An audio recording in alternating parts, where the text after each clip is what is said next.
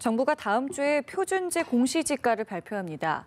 최근에 발표한 표준 단독주택 공시가격처럼 공시지가도 시세 상승분을 반영해서 평균 10% 가까이 올릴 것으로 보이는데요. 이 상가나 건물은 공시지가를 토대로 재산세와 종합부동산세 등 보유세를 매기게 되는데 공시지가 인상폭을 놓고 또 한 차례 논란이 예상됩니다. 배삼진 기자입니다.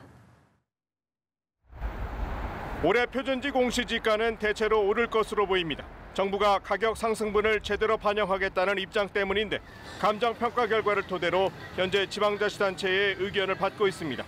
전국 표준지 공시지가 상승률은 평균 9.5%로 예상됩니다. 서울이 전국 시도에서 가장 높은 14.1% 오르고 이 가운데 강남구와 중구, 영등포구, 성동구, 서초구 등이 높은 상승률을 보일 것으로 전망됩니다. 개발 호재로 땅값이 오른 광주와 부산, 제주, 대구도 10% 안팎으로 인상될 것으로 예상됩니다. 정부는 보유세 등 조세 형평성을 맞추기 위해 실거래가가 오른 지역은 표준지 공시지가를 인상하겠다는 입장입니다.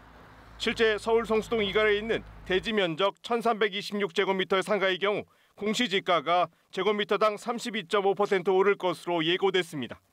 보유세는 지난해 3,113만 원에서 올해 4,541만 원으로 46% 늘어납니다.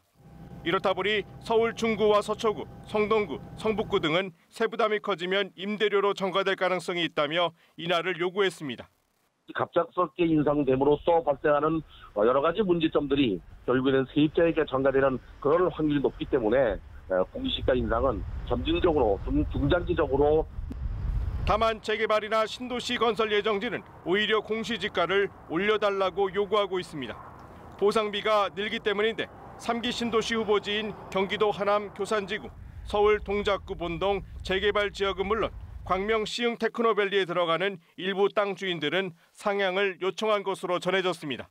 정부는 조만간 중앙부동산가격 심의위를 열어 공시지가를 확정한 뒤 오는 13일 공식 발표할 예정입니다. 연합뉴스TV 배삼진입니다.